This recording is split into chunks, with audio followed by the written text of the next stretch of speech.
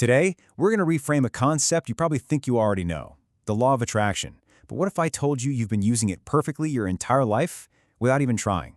So, let me start with a question for you. Do you think you need to study the law of attraction? Learn how to manifest things into your life. Just take a second and really think about that. Well, here's the thing. You don't.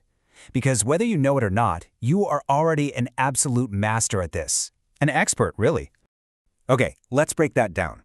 Manifestation, it isn't some new skill you have to go out and learn. Nope, you've been doing it perfectly every single second of every single day since the day you were born. It's just an automatic process, kind of like breathing, always running in the background.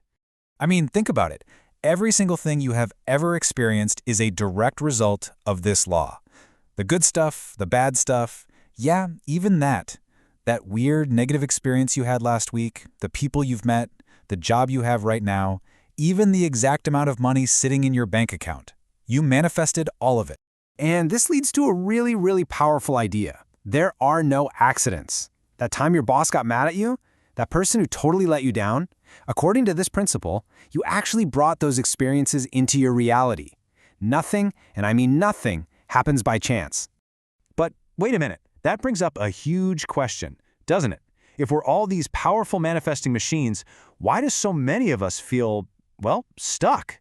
Like we're just running in place year after year? Does any of this sound familiar to you?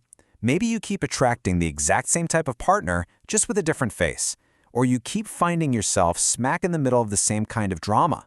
Or maybe your income just seems to hover around the same number, no matter what you do. Life just feels repetitive. Let's take income for a second. It's a funny thing. For most people, their annual income only ever really moves within this tiny 10% range. You might get a big win, a huge bonus, but then, poof, an unexpected bill pops up out of nowhere. It's almost like the universe is constantly course-correcting to keep you right in that same financial spot. It's like we're all watching a movie, but we keep putting in the same old disc, day after day. We just unconsciously manifest the same reality over and over on a loop. So the real question isn't how to manifest. The question is, how do we change the movie? And changing that movie? Well, that requires understanding the single most important distinction in this entire process. And it all comes down to the difference between what you want and what you are. Okay, this is the key. You've got to get this. The universe doesn't respond to your wish list. It doesn't care about what you want. It gives you a perfect reflection of what you are. It's a mirror to your inner state of being. That's it. Now, this inner state is what people often call your vibration. But let's not make it all mystical. Your vibration is simply the energy you're radiating right now. It's your fundamental beliefs, your core feelings, your beingness. That is the creative force, not some fleeting wish you have. And this right here is where the disconnect happens for so many of us. Look, everybody wants the luxury car, the big house, more money, great health. That's the easy part. But the real question is, what are you being?